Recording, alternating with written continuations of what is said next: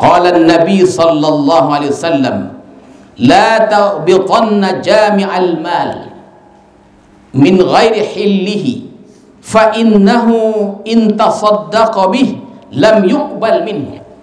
Jangan kamu ingin atau iri, jangan ada perasaan iri. Iri kepada siapa? Jangan kamu hendak menurut orang yang mengumpulkan harta dari jalan yang tidak halal.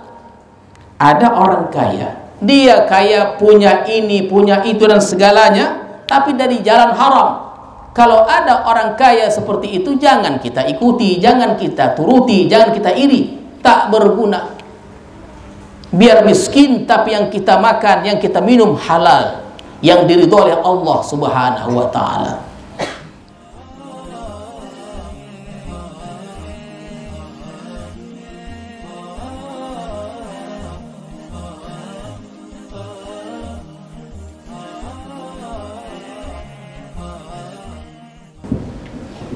Al-Fatihah.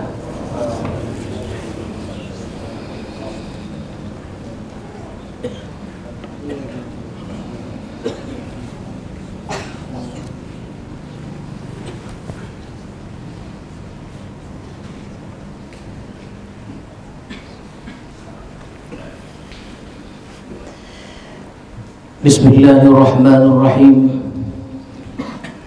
Assalamualaikum warahmatullahi wabarakatuh.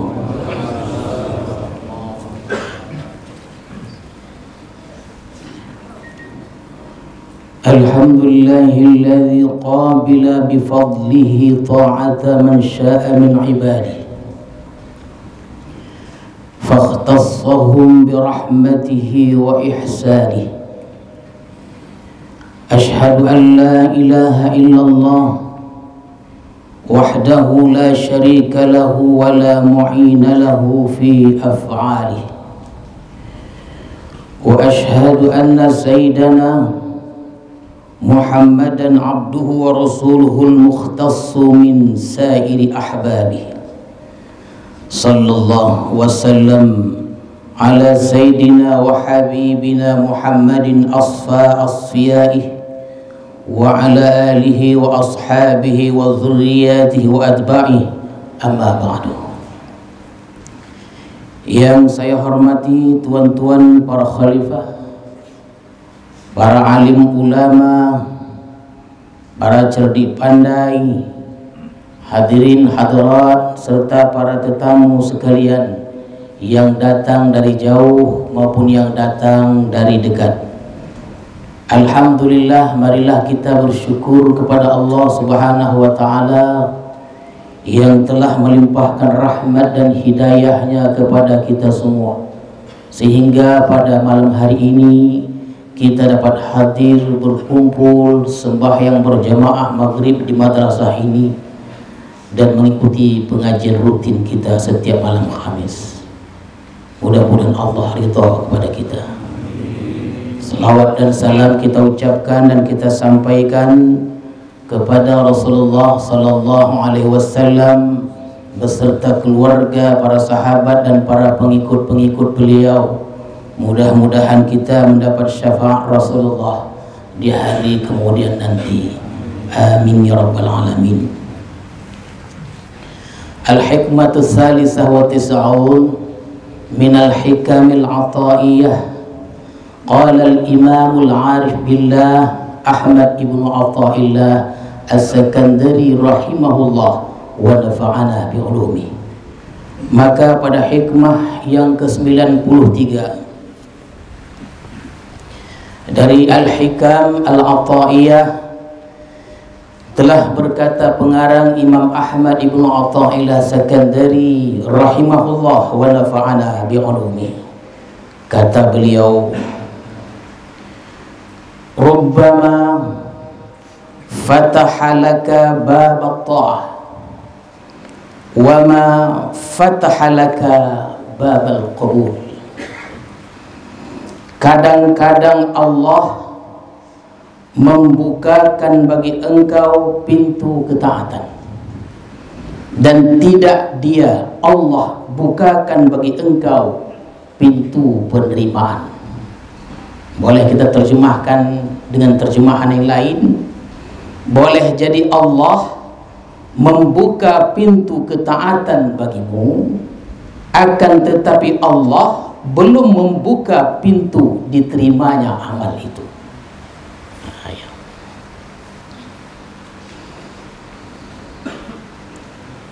Tidak layak bagi seorang hamba itu untuk melihat, mengukur ketaatan. Sebaiknya dia melihat, hadirin sekalian, batin, intisari, hakikat dari semuanya. Karena tidak semua taat yang dibuat itu bisa diterima oleh Allah. Karena boleh jadi orang yang berbuat taat diuji oleh Allah. Apa ujiannya? Diuji dengan ria dan ujub. Karena dengan ria dan ujub itulah penyebab tidak diterimanya amal itu. Pernah saya sebutkan bahwa nafsu kita itu menyuruh kepada kebaikan dan menyuruh kepada kejahatan dan menyuruh kepada kebaikan. Disuruhnya kita berbuat jahat, disuruhnya kita berbuat baik. Disuruhnya kita berbuat jahat, memang itulah pekerjaan nafsu. Nafsu ini kerjanya menyuruh orang berbuat jahat. Nafsu juga menyuruh orang berbuat baik, padahal itu bertentangan dengan nafsu itu sendiri. Disuruhnya orang berbuat baik, tapi bertentangan dengan nafsu itu sendiri. Oleh karena itu, kalau kita berbuat baik, kita berbuat taat, kaji elok-elok, tengoklah, tiliklah ketaatan yang kita buat. Sebab boleh jadi di dalam ketaatan yang kita buat ada kepentingan nafsu. Ya, ada kepentingan nafsu di situ yang menyebabkan amal kita tidak diterima oleh Allah Subhanahu wa taala. Kadang-kadang Allah memberikan kepada seorang itu hidayah taufik, sehingga dia bisa berbuat taat. Mudah dia berbuat taat karena Allah berikan dia hidayah, Allah berikan dia taufik, mudah dia berbuat taat. Tapi Allah belum bukakan baginya pintu diterimanya amal atau ketaatan yang dibuatnya.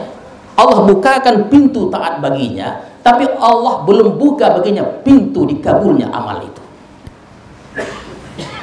Oleh karena itu, hadirin sekalian, kita tidak boleh sombong dengan ketaatan yang kita buat. Kita tidak boleh sombong dengan kebaikan yang kita buat. Karena boleh jadi ketaatan yang kita buat itu tidak diterima oleh Allah Subhanahu wa taala. Kenapa? Ketaatan itu kewajiban seorang hamba. Sedangkan diterima atau tidak diterimanya ketaatan yang dibuat oleh seorang hamba, itu hak Allah Subhanahu wa taala. Banyak orang beribadah kepada Allah, tapi belum Allah terima ibadahnya. Banyak orang yang diizinkan masuk ke sebuah istana kerajaan, tapi si raja belum berkenan keluar dari kamarnya untuk menemui tetamunya. Orang-orang yang sembahyang, membaca Al-Quran, berzikir dan lain-lainnya, itu ibarat laksana orang-orang yang diundang masuk ke dalam istana kerajaan. Tetapi raja belum bisa keluar kamar menemui tetamu itu. Boleh jadi atau barangkali mereka hanya sekedar diberikan masuk izin untuk melihat keindahan istana itu. Rajanya tidak keluar, tengok keindahan aja lah. Demikian pula lah halnya banyak orang yang Allah bukakan hatinya untuk berbuat taat banyak, tapi belum tentu Allah terima amal ibadahnya itu. Allah tidak membuka pintu kabul baginya. Allah tidak menerima ibadah mereka, sehingga ibadah mereka itu tidak berbuah apa-apa. Tidak dapat pahala dari Allah Subhanahu wa taala. Mudah berbuat taat tapi tidak mendapatkan pahala. Rasulullah pernah bersabda, berapa banyak orang yang berpuasa tapi hanya menahan lapar dan dahaga. Tengok itu.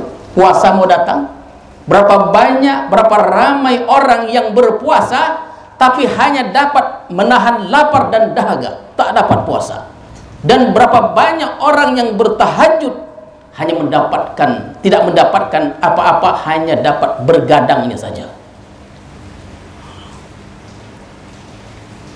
Yang kita inginkan itu adalah diterimanya ibadah. Selalu kita sebutkan, terkadang kita mementingkan sahnya sebuah ibadah. Kita pentingkan sahnya sebuah ibadah. Kita belajar rukun dan syarat sembahyang dan lain-lain. Kita mesti ingat bahwa tidak setiap yang sah itu diterima oleh Allah, tetapi ibadah yang diterima pasti sah. Jangan kita pentingkan, fikirkan sahnya itu.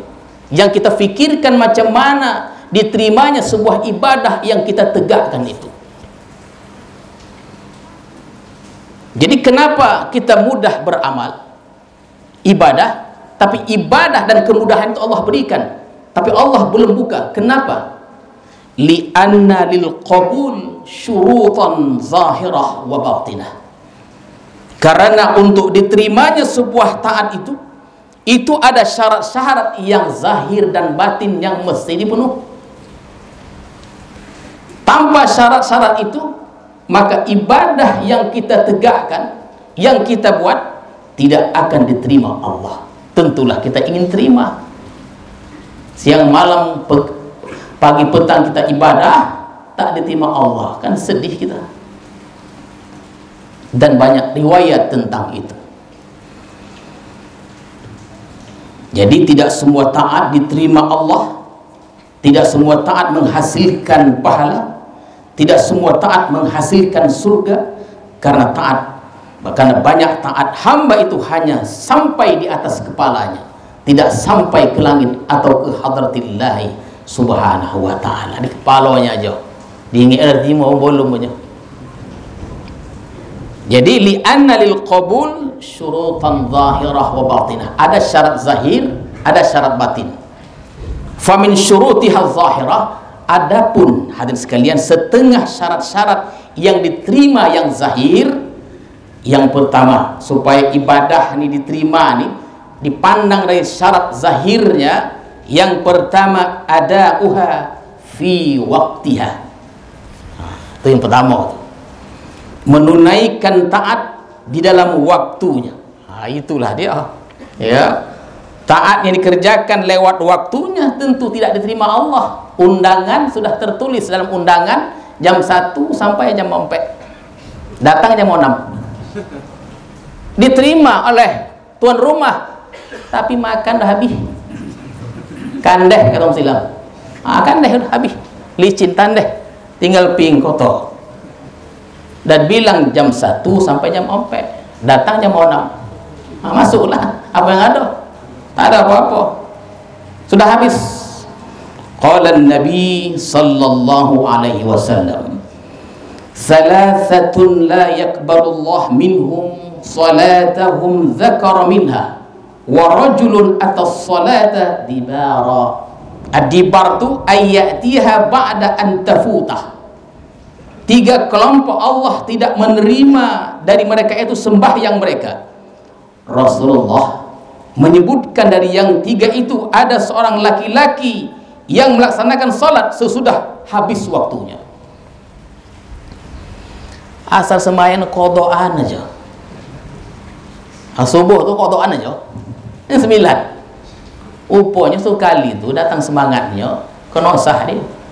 Sekali itu dah sekian lama qadaan, sembahyang ni sah. Usoli itu bosan pula, tak sodai sah, qadaan juga. Heran uang. Tinggi dah tu ucap dah. Usolli fardhu subhi rak'ataini ya makmuman qadaan. Heran orang sebelah. Itu hati-hati tu dia ingat di mana sembahyang. Itu yang pertama hadirin sekalian, ada fi waktiha, ya, pada waktunya. Wa minha aklul halal, dan setengahnya lagi dari syarat-syarat yang zahir adalah makanan yang halal. Mesti ada ikhtiar kita. Kalau kita ingin diterima amal kita, mesti ada ikhtiar, doa dan ikhtiar. Ya Allah, terimalah amal ibadahku. Makan haram tak boleh. Qala Nabi sallallahu alaihi wasallam, inna lillahi malakan inna malakan ala baitil maqdis yunadi kulla yawmin wa kulla laylatin man akala haraman lam yuqbal minhu sarf wal adal. Sarf itu nafilah, adal itu faridah. Jadi bahwa malaikat di Baitul Maqdis tiap siang dan malam berseru, barang siapa yang makan haram tidak diterima baginya baik ibadah sunnah ataupun ibadah fardunya. Nah, itu dia. Jangan kita coba-coba kita makan yang haram, tak diterima amal ibadah kita. 1000 rakaat pun kita sembahyang, tapi kita makan yang haram, Allah tidak terima amal ibadah kita. Maka tiliklah, tengoklah elok-elok makan dan minum kita, dan di mana kita makan dan di mana kita minum. Orang dulu paling hebat dalam menjaga syubhat. Dulu orang hukumnya dua aja, haram dan wajib. Sunnah masuk wajib, makruh mubah masuk haram. Tak dikojong untuk mubah makruh tu kan. Tak berani untuk. Kita jangan mubah makruh haram kita bantai.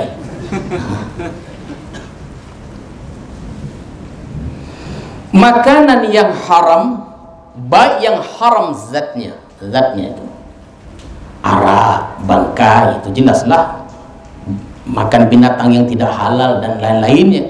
Ada juga haram wasilahnya, beras itu kan halal dia, tapi jalan mendapatkan beras tu dia tengok-tengok juga, jangan sur-surati aja. Apabila kita makan yang haram kemudian kita beribadah, maka Allah tidak menerima ibadah itu sehingga kita taubat dari perbuatan haram itu. Dan kita sudah panjang lebar membahas tentang taubat pada pertemuan sebelumnya itu. Seterusnya walibasul halal, supaya diterima amal ibadah kita tuh walibasul halal, pakaian yang halal. Qala Rasulullah sallallahu alaihi wasallam, man ishtara thawban bi'ashrati darahim wa fi thamanihi dirham min haram lam yakbalillah lahu salatan ma dama alaih. Barang siapa yang membeli pakaian dengan 10 dirham dan pada harganya itu ada 1 dirham yang haram, Allah tidak akan menerima bagi sembahyangnya selama pakaian itu ada di atas tubuhnya. Nah, ya. Tengok-tengoklah dari mana asal duit itu. Jangan pontingan lagaknya baju itu. Segala yang kita pakai, bila di dalamnya ada harta haram, Allah tidak akan berkenan memberikan pahala kepada kita. Cincin, tengok elok-elok, mana dapat cincin tu? Ya kalau pakai cincin lah. Kopiah, jangan coba pakai kopiah uang. Kopiah tengok betul. Tali pinggang dan lain-lainnya, tengok elok-elok yang kita pakai itu. Qala Nabi sallallahu alaihi wasallam, man hajja bimalin haram faqala labbaik faqala malaka la labbaik wala sa'daik hajjuka mardud alaik. Barang siapa yang naik haji ada hartanya yang haram, naik dia haji plus lagi, tapi di dalam harganya itu ada harta haram, dia berkata dalam ihram, labbaik Allahumma labbaik, labbaika, dijawab la labbaik, tidak ada labbaik, haji engkau ditolak. Qala Nabi sallallahu alaihi wasallam, la ta'biqanna jami'al mal min ghairi hillihi fa innahu in tasaddaqa bih lam yuqbal minhu. Jangan kamu ingin atau iri, jangan ada perasaan iri. Iri kepada siapa? Jangan kamu hendak menurut orang yang mengumpulkan harta dari jalan yang tidak halal. Ada orang kaya, dia kaya, punya ini, punya itu dan segalanya, tapi dari jalan haram. Kalau ada orang kaya seperti itu, jangan kita ikuti, jangan kita turuti, jangan kita iri, tak berguna. Biar miskin, tapi yang kita makan, yang kita minum halal, yang diridhoi oleh Allah Subhanahu wa taala. Karena jika dia bersedekah, dia kaya raya dengan jalan yang haram, Tuhan lihatlah elok-elok bersedekah dengan sedekah yang banyak, yang tinggi, tidak diterima Allah sedekahnya itu. Mungkin dapat nama pada pandangan manusia, tidak ada pada pandangan Allah Subhanahu wa taala. Wa minha at-taqwa, dan setengahnya diterimanya amal at-taqwa, takwa. Qala ta'ala innama yataqabbalu Allah minal muttaqin. Allah hanya menerima amal orang yang bertakwa kepada Allah. Nah, kemarin kita cerita perang Tabuk. Perang Tabuk. Ya, orang-orang fasik pun memberikan sumbangan dalam perang Tabuk itu perjalanan 700 km. Namanya Yaumul Usrah, perang yang paling sukar itu perang Tabuk. Diikuti Rasulullah berumur lebih 60 tahun. Seorang nabi yang sudah tua ikut berjalan menuju Tabuk itu 700 lebih kilometer dalam keadaan cuaca yang sangat panas, 50 derajat Celcius. Harta yang kurang, maka menyumbanglah sahabat-sahabat, termasuk Abu Bakar menyumbang seluruh hartanya. Ditanya Rasulullah, apa hartamu lagi? Harta yang kutinggalkan lebih besar dari yang kuberikan. Apa dia? Allah dan engkau ya Rasulullah. Dan sahabat mengikut jejak Abu Bakar, masing-masing kadar masing-masing. Orang-orang fasik juga tidak ketinggalan, itu orang-orang munafik. Mereka anfiqu ta'an wa karhan, apa ta'an, rela dia, kepatuhan. Kenapa mereka menafkahkannya? Takut, mencari muka, wa karhan, terpaksa diberikan kepada Rasulullah, diterima, tapi sedekah mereka tidak diterima Allah Subhanahu wa taala. Sedekah itu hanya diterima dari orang yang bertakwa. Yang tidak bertakwa Allah tidak akan terima. Innama yataqabbalullah minal muttaqin. Takwa ini kita contohkan takwa ini. Ada orang durhaka pada orang tuanya. Orang tuanya tidak ridha dengan kelakuannya, maka apapun ibadah yang dilakukannya, Allah tidak akan berkenan menerima ibadahnya itu. Mau sembahyang 1000 rakaat dia atau lebih, dia kuat zikirnya, kuat ibadahnya, kuat taatnya, Allah tidak akan terima kalau didurhaka pada orang tuanya. Karena sabda Rasulullah, ridallah fi ridal walidain, keridhaan Allah berada pada keridhaan orang tua. Tuan-tuan bacalah sejarah riwayat tentang seorang hamba yang abid, dibuatnya rumah kecil tinggi, disitulah dia berzikir. Tiap kali ibunya manggilnya tak dipedulikannya, dia sembahyang sunat, Juraij namanya, akan diuji oleh Allah dengan fitnah yang besar. Kenapa? Dipanggil maknya tak dipeduli dia dalam sembahyang sunnah, Juraij namanya. Jangan coba-coba kita derhaka pada orang tua kita, ibu dan ayah kita. Sehebat apapun zikir kita, Allah tidak akan terima.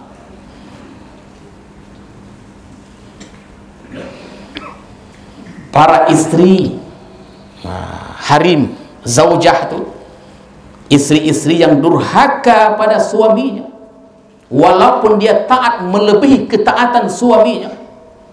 Itu dia.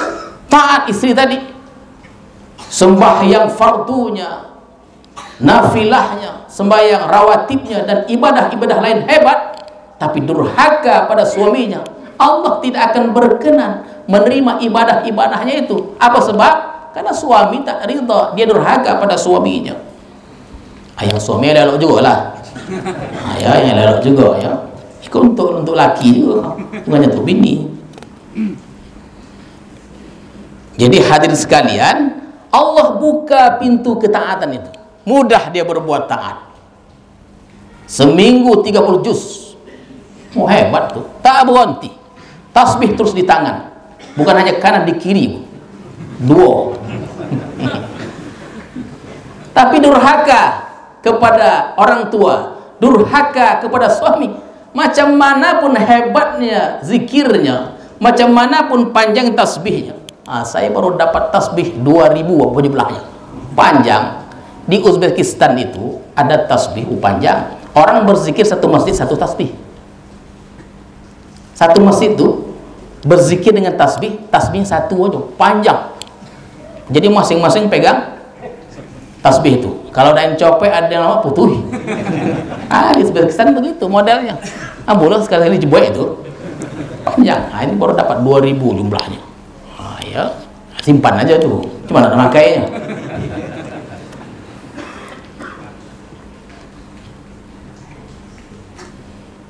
Jadi Allah mudahkan taat, tapi Allah belum buka pintu kabul itu. Ya, itulah syarat-syarat yang zahir yang mesti dipenuhi. Yang tadi itu ada doa, ada ikhtiar, ada keseriusan kita untuk amal kita itu diterima oleh Allah Subhanahu wa ta'ala. Wa min syurutihal batinah pula, dan setengah syarat-syarat yang diterima yang batinnya. Yang tadi zahiriyah, yang sekarang batinnya. Apa pula syaratnya? Yang pertama al-ikhlas, yaitu beramal itu adalah satu tujuan untuk melaksanakan perintah Allah Subhanahu wa ta'ala. Itu dah ikhlas. Orang yang beramal dengan tujuan selamat dari bahaya, itu dipandang tidak ikhlas dan lain-lain. Tuan-tuan sekalian, hati-hati kita. Hati-hati, takut juga kita beribadah untuk supaya selamat. Ikhlas itu memurnikan Allah dalam tujuan. Beramal itu tidak ada tujuan kecuali mencari keridhaan Allah. Itu hebatnya kaifiyat 10 tuh. Sebelum memulai zikir, ilahi anta maksudi wa ridhaka matlubi. Itulah dia. Mendekatkan diri kepada Allah dan menjunjung tinggi perintah Allah. Level tinggi begitu dia. Ikhlasnya orang tinggi itu begitu, bukan untuk supaya selamat, dimudahkan dimudahkan segala urusan dan lain-lain. Ini contoh yang ikhlas. Qala Rasulullah sallallahu alaihi wasallam, yaqulullahu ta'ala, ya ayuhan nas akhlisu a'malakum lillah, fa inna Allah yaqbalu minal a'mal illa ma khalasalah. Allah berfirman dalam hadis kursi, kata Allah, ikhlaskan amal kamu itu untuk Allah, murnikan tujuan beramal itu untuk Allah, karena Allah tidak menerima amal kecuali yang murni bagi Allah Subhanahu wa ta'ala. Dalam salat pun terkadang, mungkin selalu kita berdusta. Laqad kadzdzabta fi qaulika lillahi ta'ala. Tuan-tuan sekalian, laqad kadzdzabta fi qaulika lillahi ta'ala. Engkau telah berdusta pada perkataanmu lillahi ta'ala. Apa makna lillah? Karena Allah. Salat maghrib tadi, usalli fardal maghribi 3 raka'atin adaan ma'muman lillahi ta'ala. Yang diharapnya pahala. Tengok tu. Laqad kadzdzabta fi qaulika lillahi ta'ala. Engkau telah berdusta dengan ucapanmu lillahi ta'ala. Upanya sembahyang, anda itu, anda ini dan lain-lainnya. Padahal lillahi ta'ala. Laqad kadzdzabta, engkau telah berdusta. Membohong Allah rupanya kita dalam salat-salat kita.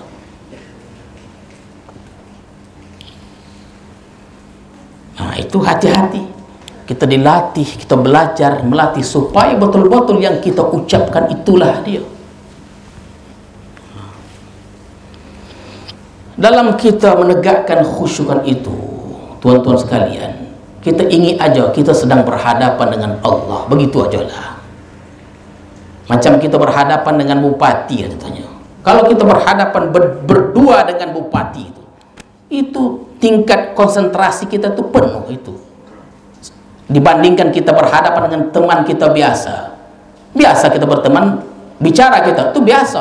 Tapi kalau bicara dengan seorang bupati, wali kota, agak tinggi konsentrasinya. Ingat, sekarang kita berhadapan dengan Allah, penguasa alam. Begitulah dia untuk melatih, menghadirkan khusyuk itu. Itu orang-orang sufi yang levelnya tinggi, kalau tak khusyuk, tidak khusyuk itu tak ada timur semayangnya. Bangsai kita, bangsai kita. Baik, hadirin dan hadirat, ayuhas salikun rahimakumullah. Wa minha adamul ujubi bil amali. Setengahnya lagi syarat diterimanya amal yang batin, ketiadaan ujub dengan amal. Jangan ada merasa beramal itu kehebatan dirinya, jangan ada. Tak boleh kita begitu. Kita bisa makan, bisa minum, bisa segalanya, bisa sholat, bisa puasa, zikir, selawat. Itu karena hidayah, karena taufik Allah, karena pertolongan Allah, bukan karena kehebatan kita. Tuan-tuan pun diberikan kemudahan kepada kita semua, dimudahkan melangkah ke nosah ini, bukan karena kita, tapi karena Allah. Wa minha adamul idlal. Tidak ada idlal, yaitu merasa ada hak di sisi Allah. Baru sembahyang 5 kali berjemaah, merasa dokek dengan Allah. Subuh, zuhur, asar, maghrib, isya sekalinya mudah merasa dokek dengan Allah. Dan itu dia heran dia, kenapa doa tak diterima padahal aku sembahyang dah. Itu idlal namanya. Qala Rasulullah sallallahu alaihi wasallam, inna salatal mudil la turfa fawqa ra'sihi. Sembahyang orang yang merasa ada hak di sisi Allah, merasa dokek perasaan. Apa nama bahasa Indonesia itu? Merasa dokek dengan Allah. Baru berbuat taat sikit sudah merasa dokek dengan Allah. Tidak diangkat dari kepalanya apabila sampai ke hadratillah subhanahu wa ta'ala. Jangan masuk gitu dia. Ya. Atau kita punya keturunan dari keturunan yang mulia, dianggar-anggarkannya, insyaallah ini. Itu orang-orang Yahudi. Dalam tafsir Jalalain pernah kita sebutkan, orang Yahudi bercakap, kami kok tidak masuk neraka, kami orang-orang bangsa yang mulia, kalaupun kami dimasukkan ke neraka, 1-2 ayat aja. Dia pula bilang begitu. Jangan kita merasa ada punya keturunan yang mulia. Insya Allah, karena aku keturunan mulia, dipandang Allah tentu. Sifat malaikat itu nanti, di sifatnya ada. Masuk katanya. Jangan kita merasa dekat. Idlal namanya. Merasa sudah ibadah, sudah zikir dan lain-lainnya, merasa dekat dengan Allah. Jangan ada perasaan itu, bahaya itu. Itu saya katakan aneh dia. Doa tak diterima. Kenapa nih? Padahal aku sudah sembahyang. Padahal sudah sembahyang. Kenapa tidak dikabulkan padahal ibadah kuat? Jangan kita begitu. Wa minha adamut takabbur biha. Tidak ada merasa lebih besar dari yang lainnya dengan taat itu. Merasa paling banyak ibadah, tak boleh. Wa adamul istisghar man lam yaf'alha. Dan tidak mengecilkan orang yang tidak memperbuatnya. Jangan coba-coba kita begitu. Dia zikir 10.000, ditanyanya, engkau berapa? 1.000. Itu rupanya. Aku 10.000. Ya. Kawan jawab 10.000, kenapa banyak? Diam dia aja. Aku 10.000, engkau berapa? 1.000. Remeh dia, jangan. 2 rakaat tuh, kalau diterima melebihi 1.000 rakaat. Yang kita pentingkan bukan kuantitasnya, kualitinya, kualitasnya. Apa dia? Bukan jumlahnya, diterimanya ibadah kita itu.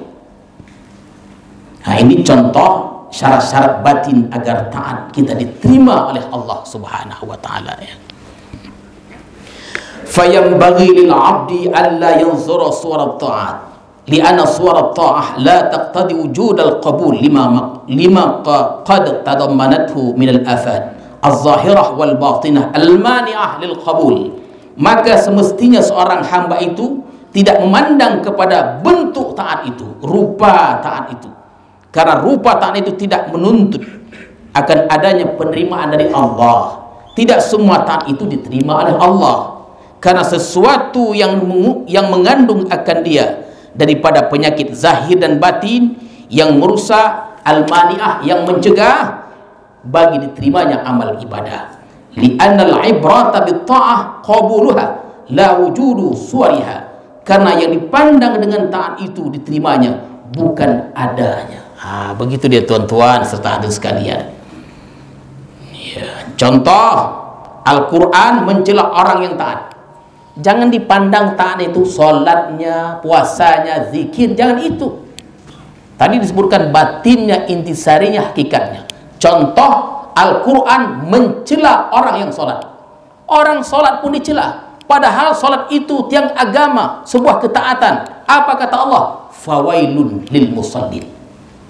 Tengok tuh, celakalah bagi orang yang solat, sembahyang dia, seharusnya selamat, mendapat celaka dia sembahyang. Kata Allah, fawailun lil musallin. Celaka, neraka orang yang sembahyang. Sembahyang itu taat.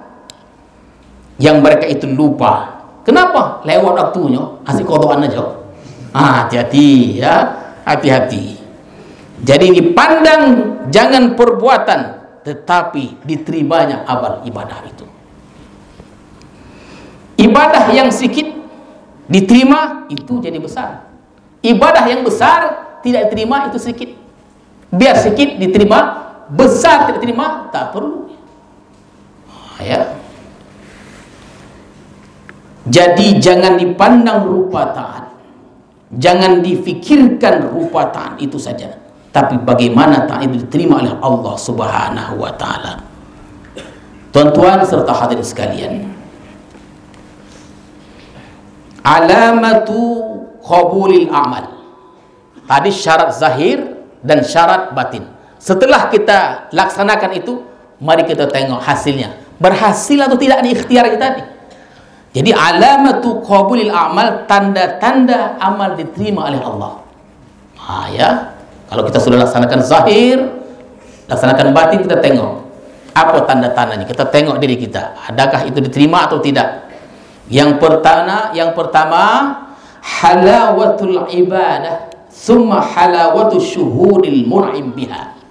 Adanya kelezatan, adanya kemanisan dalam taat itu, dan adanya kelezatan memandang kepada Tuhan yang beri nikmat dengan taat itu.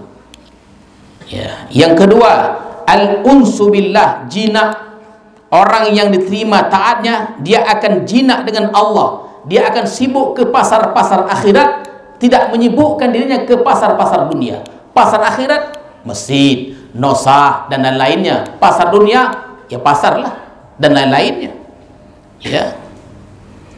Yang ketiga, tandanya lagi al-iktifa bi'ilmillah, merasa cukup dengan pengetahuan Allah. Dia berbuat taat, cukup Allah yang tahu. Jangan kita kobar-kobarkan. Lita gua, kenapa? Malam tadi 100 rakaat. Macam itu orang. Lita katanya, kenapa malam tadi sembahyang apa? 100 rakaat. Ini yang itu ngombang, hebat betul ya. Kau pasti suga kau. Itu dia. Jadi itulah dia tuan-tuan serta hadirin sekalian, alamatnya 3 saja. Mudah-mudahan ya amal ibadah kita ini diterima oleh Allah Subhanahu wa ta'ala. Kita ikhtiar, berdoa dan ikhtiar kita tunaikan syarat yang zahir, syarat yang batin kita tengok. Tak apa kita tengok, kita takut kita. Orang dulu habis sembahyang dia, orang taat dulu sembahyang, ya Allah, tak tahu dia adakah amalku diterima, adakah pada akhir hayat aku su'ul khatimah atau husnul khatimah. Kita ingin husnul khatimah, dukhulul jannah bi ghairi hisab, tanpa dihisab. Amin ya rabbal alamin. A'udzu billahi minasyaitonir rajim. Bismillahirrahmanirrahim. Allahumma zidna ilma warzuqna fahma wal hikmah bis salihin. Allahumma ij'al jam'ana hadza jam'an marhuma wa tafarruqana min ba'di tafarruqan ma'suma. Wa sallallahu ala sayyidina Muhammadin wa ala alihi wa sahbihi ajma'in. Subhana rabbika rabbil izzati amma yasifun wa salamun alal mursalin walhamdulillahi rabbil alamin. Assalamualaikum warahmatullahi wabarakatuh.